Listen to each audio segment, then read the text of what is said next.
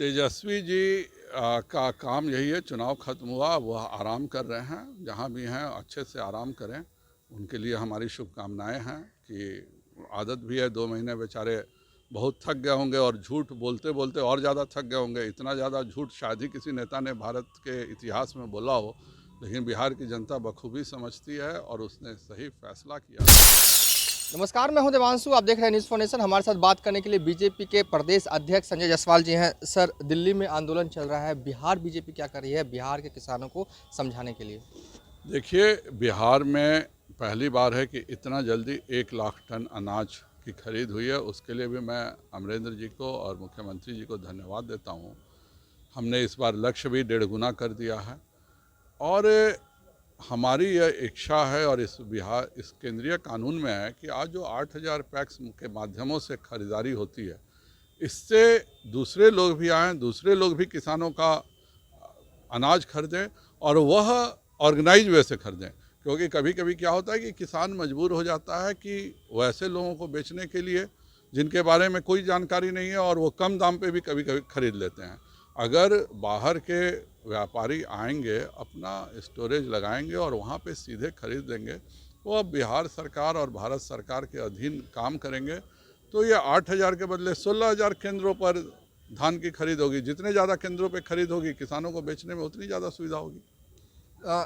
किसान चौपाल भी आप लोग लगाने जा रहे हैं पूरे बिहार में? 38 स्थानों पर हम किसान सम्मेलन करेंगे, जो बहुत बड़ी संख्या में किसान आएंगे और हर एक विधानसभा में हम किसान चौपाल ऑर्गेनाइज करेंगे, जिससे कि इन कानूनों से बिहार को जो लाभ होने वाला है और इस देश को लाभ होने वाला है। और देश की जनता पूर्णतः नरेंद्र मोदी जी के साथ है, जिन्होंने आज तक किसानों के लिए कुछ नहीं किया।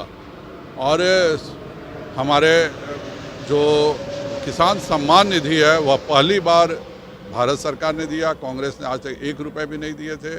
हमने पहली बार 1.5 गुना लाभ एमएसपी बढ़ा करके दिया है। वो 230 रुपये बढ़ाए थे, हम 580 रुपये एमएसपी में बढ़ाएं।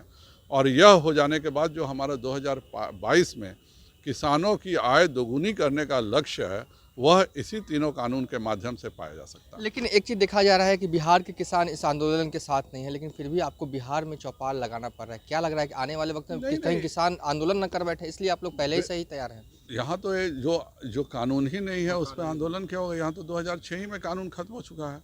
लेकिन हम यह बताना चाहते हैं कि किसानों की आय दोगुना करने के लिए यह सबसे बड़ा भारत सरकार का कदम है और हमने जो 2022 तक किसानों की आय दोगुना करने का लक्ष्य रखा है, उसको इसी के माध्यम से हम प्राप्त कर सकते हैं। लेकिन देखा जा रहा है कि दिल्ली में जिस तरह से आंदोलन चल रहा है, शर्जील इमाम के चाहे फोटो हों, चाहे अमर खालिद के तमाम ऐसे लोगों के पोस्टर का इस्तेमाल आंदोलन में किया जा रहा है, इसको किस रूप में देख रहे हैं?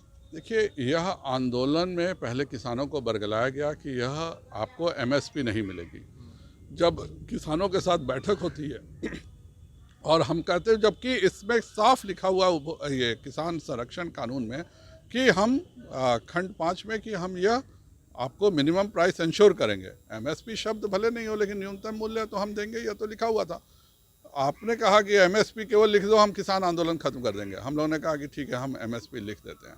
उसके बावजूद भी जानबूझ के एक साजिश किया जा रहा है। इसमें कहीं ना कहीं भिंडरावाले भी आ गए हैं, उमर खालिद भी आ गए हैं, शर्जिल इमाम भी आ गए हैं, और जो शहरों के नक्सलाइट अपनी एक भारत में वैमनस्य की फसल बोना चाहते हैं, वह भी सोच रहे हैं कि यह मौके का लाभ उठाया जाए। आखिरी सवाल है कि तेजस्वी यादव भले ही बिहार में ना हो, लेकिन हर दिन बिहार के क्राइम को लेकर वो सरकार को घेर रहे हैं।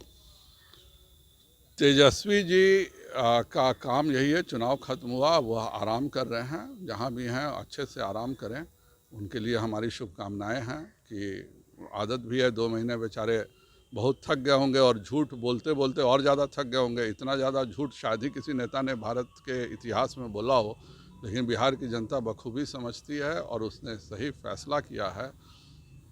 जो भी घटनाएं हो रही हैं, आपने खुद देखा दरभंगा की घटना का, आज सारे अपराधी पकड़े गए हैं और अपराध के प्रति यह सरकार सबसे ज़्यादा संवेदनशील है। मैं माननीय मुख्यमंत्री जी का आभार व्यक्त करना चाहूँगा कि उन्होंने पहले भी समीक्षा की, आज भी वह लगातार इसकी समीक्षा कर रहे हैं। और ये सरकार में अपराधी पकड़े जाते हैं, जबकि जब तेजस्वी जी के पिताजी की सरकार थी, उस ज़माने में अपराधी थाने में बैठ करके रंगदारी मांगते थे। और इनको अपना इतिहास चेक करना चाहिए कि कैसे मुख्यमंत्री के आवास से हॉटलाइन से अपहरणकर्ताओं से राशियां मांगी जाती थी।